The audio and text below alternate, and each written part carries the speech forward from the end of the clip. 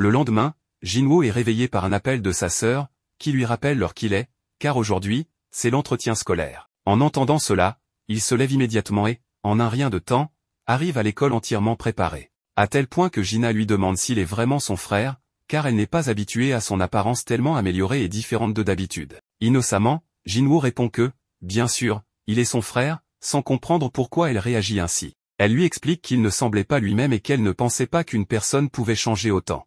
Pendant ce temps, les filles de l'école commencent à admirer le grand charisme de Jinwoo, attirant beaucoup d'attention alors qu'il marche dans les couloirs. Comme prévu, Jina en profite pour lui demander s'il sort avec quelqu'un ou s'il veut qu'elle lui présente une amie. Mais il se contente de lui tirer la joue pour qu'elle se taise. Quand il s'assied avec la professeure pour l'entretien, celle-ci lui explique que Jina est une excellente élève, très polie, et que ses notes sont excellentes, ce qui fait d'elle un exemple pour les autres. À l'école, ils ont pleinement confiance qu'elle pourra intégrer l'école de médecine de ses rêves. Ainsi, la professeure ne pense pas qu'il soit nécessaire de la presser davantage. À ce moment-là, l'entretien pourrait se terminer, mais la professeure pose une dernière question, est-ce qu'il aimerait que sa sœur travaille dans le monde des chasseurs si, un jour, elle devenait l'une d'entre eux?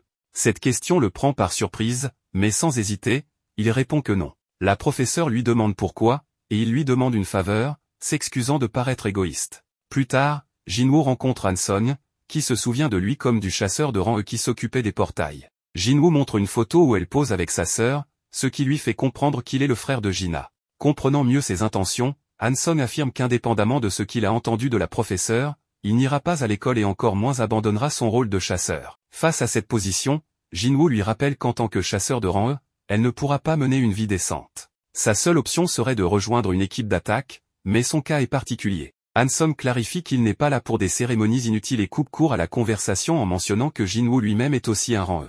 Avec calme, Jinwoo lui explique qu'il n'est pas venu lui demander d'arrêter. Au lieu de cela, il lui demande de le suivre. Ensuite, nous voyons l'arrivée de Hwang Dong-so en Corée du Sud, à l'aéroport où se trouve l'association. Il est accueilli par Woo Jin-cheol. En le voyant, Dong-so déclare qu'il ne s'attendait pas à un comité d'accueil de la part de l'association. Jin-cheol lui demande combien de temps il compte rester, ce à quoi Dong-so répond que ce ne sera pas long, car il n'aime pas ce pays. Jin-cheol, souhaitant en savoir plus, lui demande s'il est venu pour ces deux individus en particulier. Dong-so lui demande de ne pas faire semblant de ne pas savoir, car tout ce qu'il veut, c'est qu'il détourne les yeux pendant qu'il fait ce qu'il veut d'eux dans un donjon, en commençant par le rang et ensuite l'autre. Il demande alors si Jin-cheol pense l'arrêter, se montrant impatient de voir sa tentative. Jin-cheol clarifie qu'il ne fait que remplir son rôle. Par ailleurs, Choi discute avec Go-gun sur les fourmis ailées qui pouvaient voler. Bien qu'elles puissent voler, leurs corps sont tombés dans la mer. Il semble qu'elles ne peuvent pas parcourir de grandes distances pour le moment. Avec cette information, Go-gun décide de les étudier davantage, estimant qu'il est encore trop tôt pour tirer des conclusions. Plus tard dans la nuit, Jinwoo arrive à un portail accompagné de Han-sung, où ils rejoignent Sang-min et Ki-chul, membres du département de gestion de la guilde White Tiger. Les deux sont ravis de le voir, car ils ne s'attendaient pas à recevoir une demande de sa part. En voyant Han-sung, ils supposent que c'est la personne qu'il veut entraîner, ce que Jinwoo confirme. Sang-min explique alors qu'il a demandé de l'aide au bon moment. Ils ont annoncé qu'il allait apparaître plusieurs portails dans cette zone, et un portail de rang a même récemment émergé, ce qui semble assez intéressant. Cependant, leur conversation est interrompue par l'un des chasseurs, car ils doivent se hâter à cause du portail devant eux. Il s'excuse et informe Jinwoo que cet homme est Kim-chul, un chasseur de rang A, qui agit comme un tank. Cette fois, il s'agit d'un entraînement pratique pour les membres les plus récemment intégrés. Kim va soutenir l'armée en tant que chef d'équipe d'attaque. On peut voir Kim se plaindre de ne pas être la nourrice de deux chasseurs de rang E, faisant référence à Jinwoo et à Han-sung. Ensuite, Sang-min annonce que l'équipe est composée de chasseurs de rang A, 5 de rang B et 2 de rang C, soit un total de 8. Avec les chasseurs de rang E, cela fait un total de 10. À partir de là, Ki-chul lui suggère de se limiter à observer pendant cette mission, car l'idée est que les nouveaux participants soient impliqués, ce qu'il accepte sans problème, puisqu'il avait cette intention dès le départ. Lorsque tous entrent dans le portail, celui-ci commence à subir un changement assez agressif. Jinwoo se rend compte de ce qui se passe et prend immédiatement la main de Han-sung pour tenter de sortir, mais le portail l'en empêche. Il peut à peine leur dire d'alerter l'équipe d'attaque principale avant d'être contraint de rester dans le portail. Très vite, on informe par radio le chef de la guilde White Tiger qu'un portail de rang C est devenu un portail rouge. Jinwoo comprend immédiatement la gravité de la situation et décide de s'y rendre immédiatement. Ensuite, l'équipe se rend compte que le portail d'entrée n'est plus entouré que d'une forêt enneigée. Kim leur indique qu'il s'agit d'un portail rouge. Comme Han-sung ne sait pas ce que c'est, Jinwoo lui explique que, contrairement aux portails normaux, lorsqu'on entre dans un portail rouge, toute communication avec l'extérieur est coupée. On ne peut sortir qu'en vainquant le boss ou en trouvant une brèche dans le donjon, et on ne peut être aidé depuis l'extérieur. De plus, les monstres de ce portail sont plus forts que le rang prévu. Soudain, une flèche est tirée et atteint un des chasseurs à la tête, le tuant sur le coup. Une autre flèche, qui vise Hanson, est interceptée dans les airs par Jinwoo. Il réalise que ce sont des elfes de glace. Jinwoo, après les avoir analysés, les considère comme dangereux, car à cette grande distance, il est difficile de les voir. Apparemment, leurs attaques visent principalement les plus faibles. À ce moment-là, Kim prend la parole pour informer tout le monde que le portail rouge est isolé et que son rang est B ou supérieur. En raison de leur rang, ils devront suivre ses instructions pour sortir vivants de cette mission. Cependant, Kim ne juge pas opportun de diriger tout le groupe. Ils seront donc divisés en deux groupes. Il s'avère que Kim a l'intention de prendre les plus forts avec lui et refuse de laisser les membres de rang E se joindre à eux. À l'extérieur, il pourrait être là des mois, que ce soit pour vaincre le boss ou trouver la brèche du donjon. Il faut alléger les charges. Un chasseur de rang B, Park Jin, demande l'autorisation de rester avec le groupe le plus faible, et Kim accepte, supposant qu'il agit par compassion. Park Jin s'approche de Jinwoo pour lui demander si son rang est vraiment celui qu'il dit, car elle a vu comment il a attrapé la flèche un peu plus tôt. Bien que Jinwoo évite de répondre, Park Jin suppose qu'il est de rang A, voire supérieur. Ensuite, Kim indique à Jinwoo et aux autres qu'ils suivront le chemin devant eux, et il leur explique qu'ils vont se rendre dans la forêt. En avançant un peu, Kim leur montre des griffures sur les arbres, faites par des ours de glace. Ils pensent donc que les membres de rang E vont mourir, bien qu'en y réfléchissant un peu plus, ils se souviennent que ce groupe comprend un chasseur de rang B et un de rang C. Il ne comprend donc pas pourquoi ils considèrent Jinwoo comme leur leader. À ce moment-là, des ours de glace s'approchent, mais Kim se met en avant pour les affronter sans difficulté. Pendant ce temps, Park signale à Jinwoo que cette forêt est le territoire des ours de glace et qu'il est dangereux de continuer par ici. Jinwoo répond que c'est précisément pour cela qu'ils ont emprunté ce chemin, si c'est le territoire des ours de glace, ils n'ont qu'à s'occuper d'eux, ce qui est bien mieux que de devoir faire face aux elfes de glace, qui sont plus intelligents. Park reconnaît qu'il a raison, car cela a beaucoup de sens. Jinwoo ajoute que la température est extrêmement basse dans la forêt. Il sort alors des manteaux de son inventaire pour tout le monde. Tous sont surpris de voir qu'il utilise de la magie dimensionnelle, car on dit que même les meilleurs chasseurs qui maîtrisent cette magie ne peuvent sortir que 2 ou 3 objets à la fois. Hanson exige alors de savoir qui il est vraiment, à cause de tout ce qu'il est capable de faire. Jinwoo lui répond qu'elle est ici à cause de lui, et qu'il prendra la responsabilité de la protéger, mais uniquement si elle évite de poser des questions. Il demande la même chose aux autres, leur interdisant de lui demander quoi que ce soit. À ce moment, un immense ours de glace s'approche. La première chose que fait Jinwoo est de changer de titre pour celui d'assassin de loup, qui augmente de 40% les dégâts contre les monstres de type animal. Pendant ce temps, Baek arrive à l'entrée du portail. Compte tenu de la difficulté de celui-ci, il espère que Kim pourra sauver tout le monde. Sangmin lui fait remarquer que le chasseur Jinwoo est également présent. Bien qu'il soit de rang E, il croit qu'il a subi un second éveil, mais cela reste à confirmer. C'est alors que Dongso arrive pour les saluer. Baek lui demande ce qu'il fait dans leur zone, surtout qu'il était parti aux États-Unis. Dongso trouve étrange que ce portail leur appartienne et demande si c'est vrai. Si oui, pourquoi un chasseur d'une autre guilde, Sun Jinwoo, y est-il entré? Dongso explique qu'il souhaite le rencontrer avant qu'il ne meure dans le portail, car il a fait l'effort de venir jusqu'ici pour cela. De retour avec Jinwoo, après avoir vaincu les ours de glace de la zone, il laisse les membres de son groupe déguster leur viande dans le confort. Ensuite, il se dirige vers une grotte où ces monstres habitent en grande quantité. Devant l'entrée, il utilise la commande surgissez. De l'ombre émergent alors ces chevaliers, avec à leur tête le plus puissant d'entre eux, Ygriss. Il leur ordonne d'attaquer. Sa légion, composée d'infanterie qui se régénère rapidement et de mages, affronte les ours de glace avec brio. Jinwoo est impressionné par leur puissance, mais remarque qu'ils consomment beaucoup de mana à une vitesse alarmante. À ce moment, le chef des ours de glace sort de la grotte. Il balaie les soldats d'ombre avec une facilité déconcertante. Quelques secondes plus tard, il pousse un rugissement terrifiant qui crée une onde de choc, éliminant tout sur son passage. Jinwoo se retrouve à court de mana. Il ordonne alors à Ygriss de prendre le relais. Ygriss avance vers le chef des ours. Lorsque ce dernier attaque, Ygriss utilise son agilité exceptionnelle pour esquiver et frapper ses points vitaux avec précision. Finalement, il empêche l'ours d'effectuer une dernière attaque en lui coupant la tête. Jinwoo admire la puissance d'Ygriss et pense qu'il n'aurait eu aucune chance, si Ygriss n'avait pas lâché son épée pendant leur combat. Avec son niveau actuel, Jinwoo se considère égal à Ygriss, bien qu'en y réfléchissant, il admet qu'Ygriss est toujours plus fort que lui. Il le félicite pour son excellent travail. Pendant ce temps, Kim, confronté aux elfes de glace, voit son équipe totalement anéantie. Il n'en revient pas. Il pensait faire partie de l'élite de White Tiger, mais face à la brutalité des elfes, il perd la tête. Effrayé, il décide de fuir à toute vitesse. Le chef des elfes de glace observe sa fuite. Jinwoo n'hésite pas à faire ressurgir les ombres des ours. 3 heures plus tard, ce qui équivaut à 3 jours dans le portail, Dongso se lamente en pensant que Jinwoo est sûrement mort, et que ce voyage maudit n'a servi à rien. Avant de partir, il remarque que Jinwoo n'est pas membre de Tigre Blanc, alors pourquoi diable se trouve-t-il dans l'équipe d'assaut? Ki-chul, un peu nerveux, il explique qu'il est son ami et qu'il était intéressé par une mission de Rancé, raison pour laquelle il l'a autorisé à y participer. Dongso, furieux, l'attrape par le col et lui demande s'il pensait vraiment qu'il croirait un tel mensonge. Il sait très bien qu'il adore les nouveautés, alors il exige de savoir ce qu'il manigance. Mais Baek intervient, attrapant le bras de Dongso, et lui ordonne de le lâcher. Dongso refuse de reculer, et les deux hommes libèrent une puissante aura. Sangmin, effrayé, pense qu'ils doivent arrêter, car un combat entre deux rangs causerait une catastrophe. Ils échangent des coups de poing, provoquant une énorme explosion. Pendant ce temps, dans le portail, Kim, transi de froid, est surpris de voir plusieurs cadavres d'ours de glace.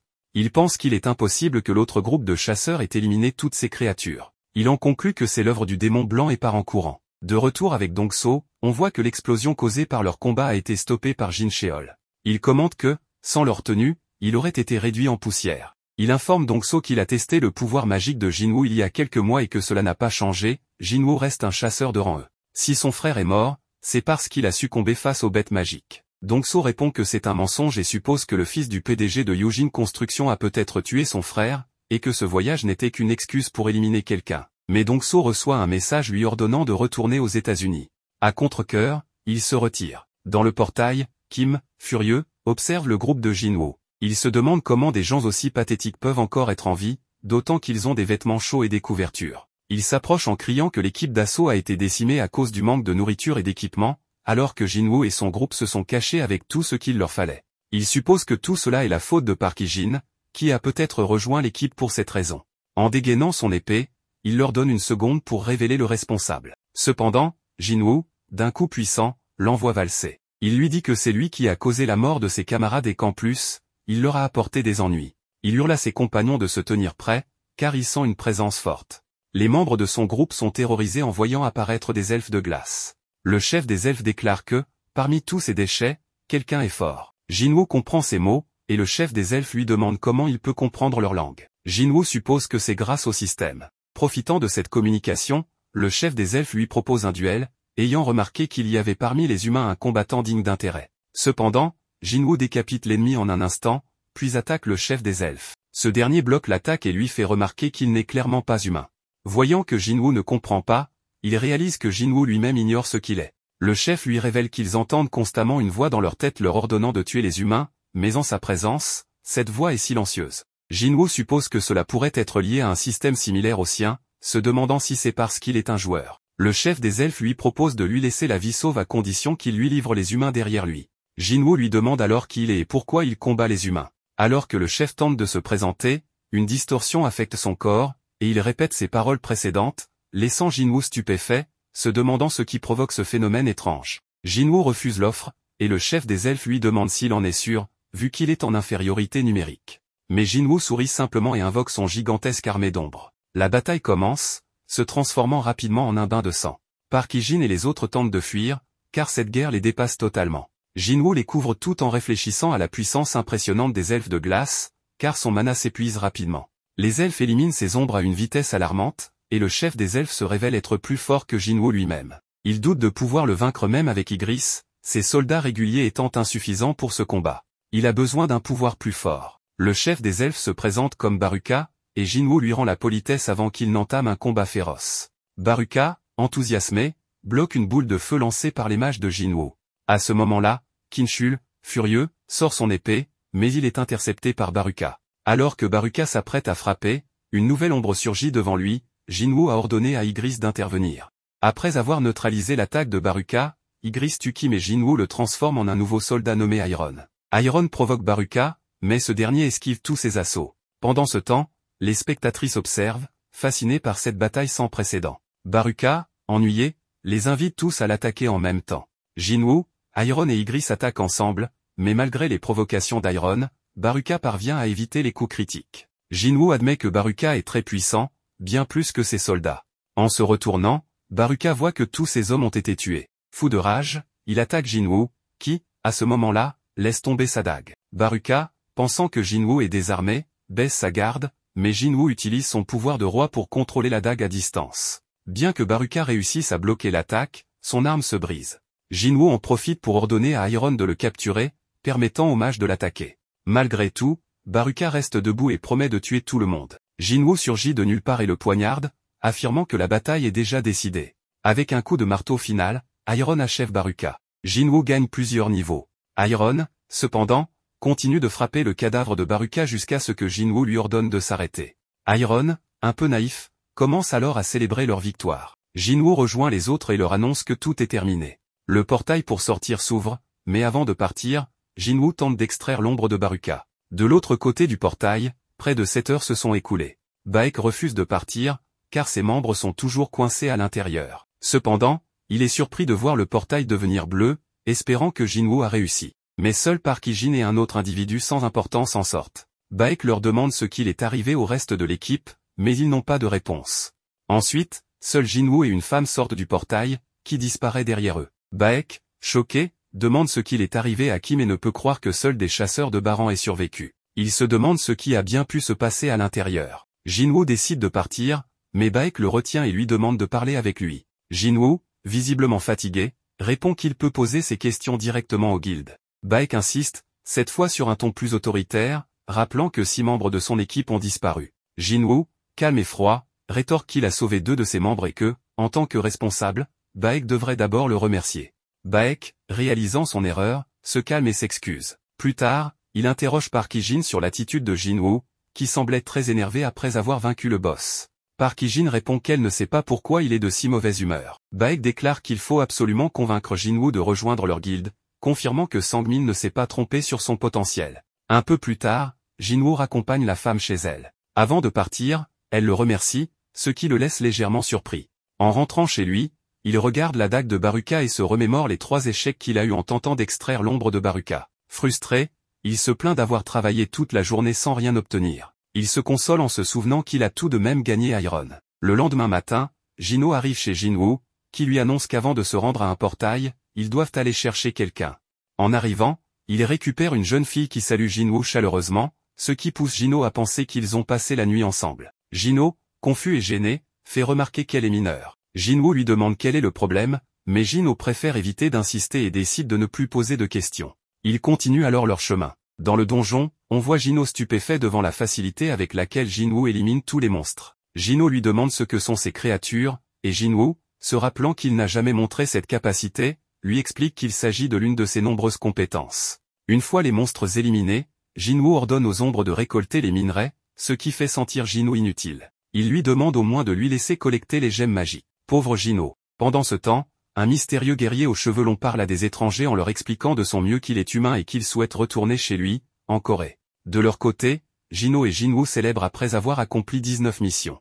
Jinwoo confie qu'il prévoit de passer l'examen écrit de l'association des chasseurs pour obtenir une licence de maître de guilde. Il compte l'utiliser comme levier de négociation avec son père. Il demande ensuite à Jinwoo quels sont ses plans. Ce dernier répond simplement qu'il risque d'être injoignable un moment car il a un endroit à visiter. Jinwoo, visiblement contrarié, pense qu'il dérange Jinwoo et lui dit qu'il pourrait arrêter de l'embêter s'il le souhaite. Déjà ivre, Jinwoo avoue à Jinwoo qu'il a un frère aîné avec qui il a 10 ans d'écart, mais leur relation est distante. Comparé à son frère, Jinwoo l'a sauvé et a accepté sa demande. Enivré, Jinwoo exprime qu'il aimerait que Jinwoo soit son frère. Touché, Jinwoo lui sert un verre et lui promet qu'à partir de maintenant, Jinwoo sera son frère cadet. Jinwoo, ému, est ravi. Dans une autre scène, l'homme aux cheveux longs est emprisonné. Il affirme être un chasseur étranger coincé dans une dimension. Il ne parle pas anglais et est en attente d'un interrogatoire mené par Wang Dong-so, un chasseur de rang S résident à Washington. L'homme explique qu'il a été pris au piège dans une porte dimensionnelle avant d'atterrir aux États-Unis. Il s'appelle Sung Yi-luan.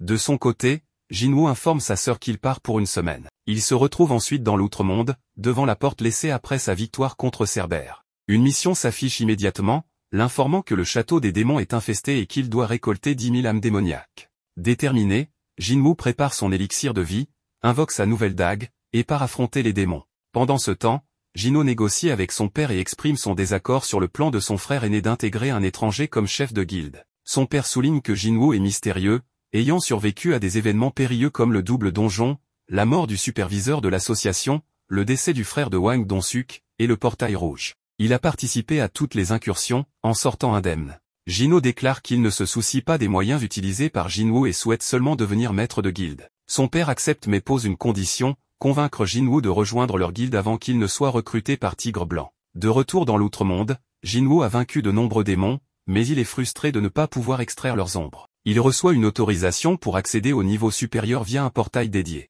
Face à la grandeur de la cité, il invoque le chef des ours de glace, qu'il baptise Tank, et l'utilise comme monture. Alors que Jin-Woo commence à progresser, il élimine tous les monstres sur son chemin. D'un autre côté, Hein pratique la natation tout en se remémorant comment son maître de guilde lui avait interdit de révéler des informations sur les fourmis ailées de l'île Jeju. En effet, l'association des chasseurs leur avait ordonné de garder le silence pour éviter de semer la panique parmi la population. En tant que guilde la plus puissante de Corée, ils avaient la responsabilité de gérer cette situation. Revenons à Jin-Woo, qui continue de massacrer les démons, tout en pensant qu'il s'agit d'une véritable course contre la montre. Lorsqu'il a vaincu Cerbère et obtenu la clé, il s'attendait à affronter des monstres de rang S en entrant dans ce lieu. Cependant, les monstres se sont révélés plus faibles que prévu, bien que leur nombre soit impressionnant. Jin-Woo, déterminé à tenir sa promesse envers sa sœur, sait qu'il doit tous les vaincre rapidement. Il se demande également jusqu'à quel point il pourra devenir puissant une fois qu'il atteindra le sommet de la tour. Après avoir collecté les 10 000 âmes démoniaques,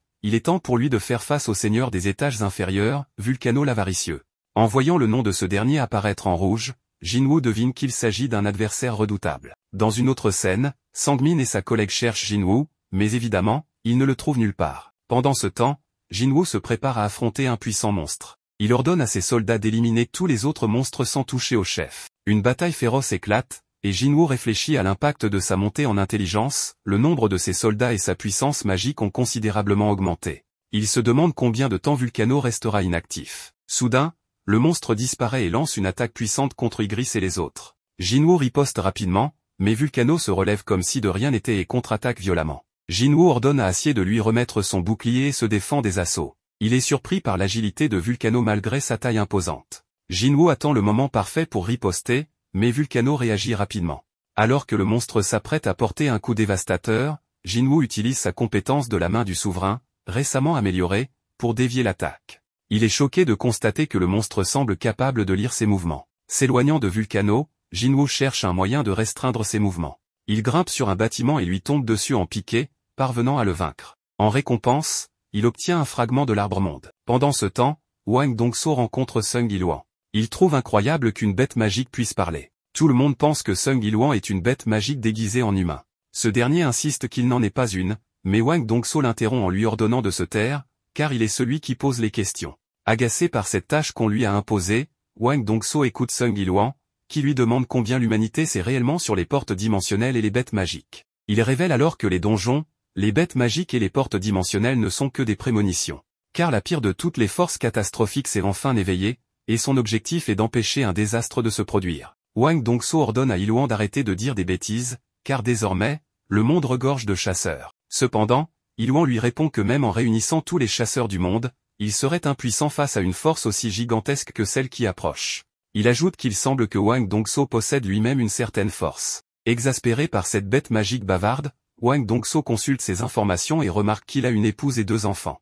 En souriant au nom des enfants, il demande à Il-hwan s'il se souvient encore du prénom de son fils. Celui-ci répond que son fils s'appelle Jin-Woo, mais, sérieux, lui demande pourquoi il dégage une aura meurtrière. Hwang Dong-so réplique qu'il n'a pas à lui dire quoi que ce soit, mais finit par révéler que son fils est déjà mort. Il ajoute que s'il a un dernier message à lui transmettre, il ferait mieux de lui dire directement en enfer. Pendant ce temps, Jin-Woo continue de progresser, battant chef démon après chef démon, et augmentant son niveau au passage. À l'extérieur, une grande explosion semble avoir eu lieu en ville. Les habitants se sentent chanceux, car lorsque 2 chasseurs de rang s'affrontent, cela provoque généralement un désastre. Heureusement, Hwang Dong-so a été vaincu en un instant, évitant ainsi que le désastre ne s'étende davantage. De son côté, Jin-Woo atteint le 75e étage de la tour, bien qu'il ait épuisé ses provisions. Cela dit, les récompenses ont été nombreuses, il a obtenu de précieux objets des monstres qu'il a vaincus, ainsi qu'une mystérieuse boîte contenant une clé énigmatique dont la fonction reste inconnue. L'objectif principal de son voyage est de rassembler les matériaux nécessaires pour fabriquer l'élixir de vie. Il a déjà obtenu le fragment de l'arbre-monde en battant Vulcano au 50e étage et l'eau de la forêt des échos après avoir éliminé le guide des âmes, Métus, au 75e étage. Désormais, il ne lui manque qu'un seul ingrédient pour compléter l'élixir. Il promet de revenir bientôt dans cette tour pour poursuivre sa quête. Au moment de quitter le château infernal, Jinwoo vérifie qu'il a bien récupéré 2 des matériaux nécessaires pour fabriquer l'élixir de vie. Il ne lui manque plus qu'un seul ingrédient, le sang purifié du roi démon. Pour obtenir ce dernier, il doit être totalement préparé. Heureusement, il considère comme un avantage que son niveau est considérablement augmenté après son périple au château du démon. Cependant, officiellement, il reste un aventurier de rang E, et ce statut l'empêche de participer à des missions de haut niveau. Pour remédier à cela, Jinwoo décide d'arrêter cette façade et de se faire réévaluer. Le lendemain, il se rend au siège de l'association pour participer à la réévaluation. Yan, un membre de White Tiger, le remarque immédiatement et appelle Baek pour l'informer de l'arrivée de Jinwoo. Baek se prépare alors à se rendre sur place. Pendant ce temps, Jinwoo patiente jusqu'à ce qu'on l'invite dans la salle d'examen. L'examinatrice lui demande de poser ses mains sur un cristal noir, mais au moment de recueillir les données, le système affiche une erreur. Le directeur arrive rapidement pour examiner la situation. Après avoir refait le test lui-même, il découvre que le problème ne vient pas de la machine, le pouvoir magique de Jinwoo dépasse les limites du dispositif. Cela signifie qu'un chasseur de rang S vient d'apparaître dans le pays, le 10e à ce jour. À l'extérieur du bâtiment, Choi demande à Jinchul des nouvelles de l'enquête sur les fourmis volantes. Jinchul explique qu'une autopsie a été réalisée et qu'il compare les structures internes et le pouvoir magique résiduel avec des espèces antérieures pour estimer leur capacité. Cette analyse prendra un certain temps. Choi change ensuite de sujet, évoquant le portail rouge, ayant appris que White Tiger avait permis à un non-membre de participer à une mission d'incursion et de vaincre le boss du donjon. Curieux, il demande qui est cette personne, mais Jinchul admet ne pas avoir les détails puisqu'il n'était pas présent ce jour-là. Soudain, grâce à leur ouïe développée, ils entendent un vacarme à l'intérieur du bâtiment. Intrigué, Choi décide d'aller voir. La nouvelle de Jinwoo, désormais reconnu comme un chasseur de rang S, s'est répandue comme une traînée de poudre, créant une agitation dans l'association. Le directeur informe Jinwoo que la délivrance de son identification prendra un peu de temps. Peu après, Choi et Jinchul entrent dans la pièce. Tous reconnaissent immédiatement Choi comme le chef de la guilde des chasseurs. Jinwoo, conscient du statut de Choi, reste impassible. Bien que Choi se montre cordial, Jinwoo le dépasse, déclarant qu'il est pressé et doit partir. Choi est surpris par cette attitude mais ne s'en formalise pas. Après le départ soudain de Jinwoo, Jinchul suggère qu'il pourrait être un type assassin. Baek arrive à son tour et comprend immédiatement que Choi a découvert l'importance de Jinwoo. Plus tard, dans la nuit, Jinwoo rend visite à sa mère à l'hôpital. En sortant, Jinchul l'intercepte par surprise. Il avoue que Jinwoo lui a ouvert les yeux, car il n'avait jamais réalisé son potentiel. Jinchul précise que la division de surveillance, dont il fait partie, est chargée de surveiller les chasseurs et de punir ceux qui enfreignent la loi.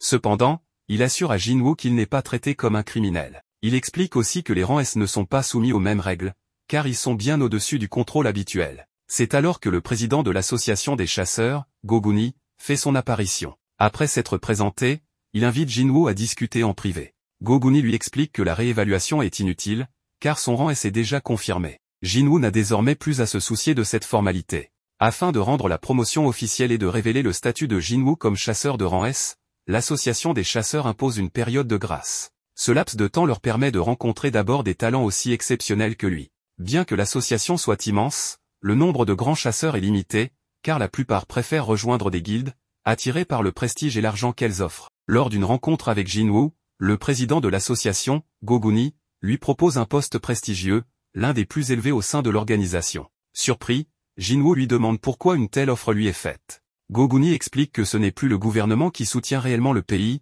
mais les chasseurs, répartis dans les 5 principales guildes du pays. Ces dernières, qu'il surnomme les 5 dragons, maintiennent un équilibre fragile. Cependant, si Jinwoo décidait de rejoindre l'une d'elles, cet équilibre serait brisé. Pour prévenir ce scénario, Goguni veut que l'association devienne une 6e puissance, capable de contrôler les autres. Il affirme que Jinwoo a le potentiel de rendre cela possible. Jinwoo réfléchit longuement à cette proposition, qu'il juge avantageuse, car elle pourrait lui garantir des opportunités futures. Il reconnaît également l'influence considérable de Goguni, qui n'est pas seulement un ancien chasseur de rang S, mais aussi un homme doté d'un immense pouvoir magique et d'un physique impressionnant pour ses 80 ans. Même après tant de niveaux gagnés, Jinwoo voit Goguni comme un égal. Cependant, Jinwoo finit par refuser cette offre. Sa raison, il veut continuer à combattre des monstres dans les donjons. Il estime que sa véritable place est sur le terrain.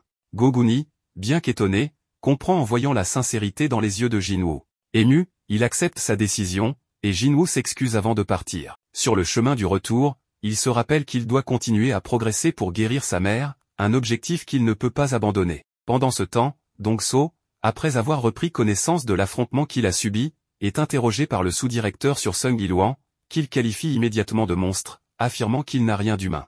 Le sous-directeur lui conseille de se reposer et de se rendre à l'administration une fois remis, mais il doute que quiconque puisse attraper Sung Yiluan, qu'il a vaincu si facilement. Seul, Dong So laisse éclater sa rage en se remémorant la menace de Sung Yiluan, lui ordonnant de ne plus jamais s'approcher de sa famille. Furieux de cette humiliation, il planifie sa revanche en se procurant un artefact capable de le battre. De son côté, Jinwoo réfléchit lui aussi aux artefacts. Ces reliques artificielles sont des équipements haut de gamme, fabriqués par les meilleurs artisans et prisés par les chasseurs. Cependant, il se plaint de leurs coûts exorbitants, notamment sur les sites d'enchères en ligne. Cherchant à s'équiper pour le château du roi démon, il envisage de vendre la sphère de l'avarice, un artefact qui double les dégâts magiques, pour obtenir des fonds. Mais étant un chasseur de rang E, il craint que cela attire des soupçons quant à son origine. Dans sa recherche d'un financement, il tombe sur une annonce cherchant des travailleurs pour exploiter des portails de haut niveau. Pendant ce temps, Goguni, qui examine en détail le dossier de Jinwoo, s'étonne de l'apparence juvénile sur sa photo d'identification. Il se demande si son rang a été falsifié, mais Jin Chul explique que Jinwoo a subi plusieurs blessures graves et qu'il ne semble pas frauduleux. Il mentionne également que la mère de Jinwoo souffre d'un sommeil éternel, tandis que Jinwoo paie les études de sa sœur. Jinwoo continue d'endosser le rôle de pilier financier de sa famille, en plus de s'occuper des études de sa sœur et des soins de sa mère. Récemment, il a participé à une incursion avec la guilde des chasseurs, mais uniquement en tant que membre du groupe de minage. En se présentant à son supérieur pour commencer son travail au sein de l'équipe de mineurs, il est accepté sans problème, malgré son rang E. Lors des incursions dans les donjons de haut niveau, les tâches sont divisées entre plusieurs groupes, l'équipe d'attaque se charge des monstres, celle de minage extrait les minerais de mana, et l'équipe de récolte récupère les cadavres des monstres. Bien que cette dernière tâche soit peu glamour, elle reste extrêmement rentable. Pendant ce temps, Choi, un chasseur de haut niveau, utilise sa puissante magie de feu dans un portail de rang A pour anéantir les monstres avec stratégie. Il coordonne les chasseurs de type tank pour qu'ils maintiennent une défense solide, ce qui permet à l'équipe d'avancer avec une efficacité remarquable. Jinwoo observe l'équipe sortir victorieuse, sans blessure, de ce portail difficile, ce qui le surprend. Cela confirme à ses yeux la puissance authentique de Choi. Jinwoo porte également attention à Sha'in, vice-présidente de la guilde des chasseurs et 9e chasseuse de rang S du pays, surnommée la danseuse. Son aura imposante pousse Jinwoo à se demander combien de personnes dans le monde pourraient posséder une telle présence. Pendant un instant, Ain ressent une forte énergie venant de la direction des mineurs, mais il rejette cela comme une simple imagination. En rejoignant le groupe de minage, Jinwoo entre dans un portail de rang A et confirme ses particularités impressionnantes. Bien qu'il soit traité avec mépris en raison de son faible rang, un autre mineur change rapidement d'attitude après avoir croisé le regard perçant de Jinwoo. Lors des travaux, Jinwoo démontre une force et une endurance impressionnantes en extrayant les minerais, ce qui convainc son supérieur de lui permettre de travailler pendant la pause. Profitant de l'absence d'observateurs, Jinwoo utilise ce moment pour s'aventurer seul jusqu'à l'entrée où se trouve le chef du portail. Une fois sur place, il sort sa dague pour l'affronter, mais Ain apparaît subitement derrière lui, lui demandant ce qu'il fait là.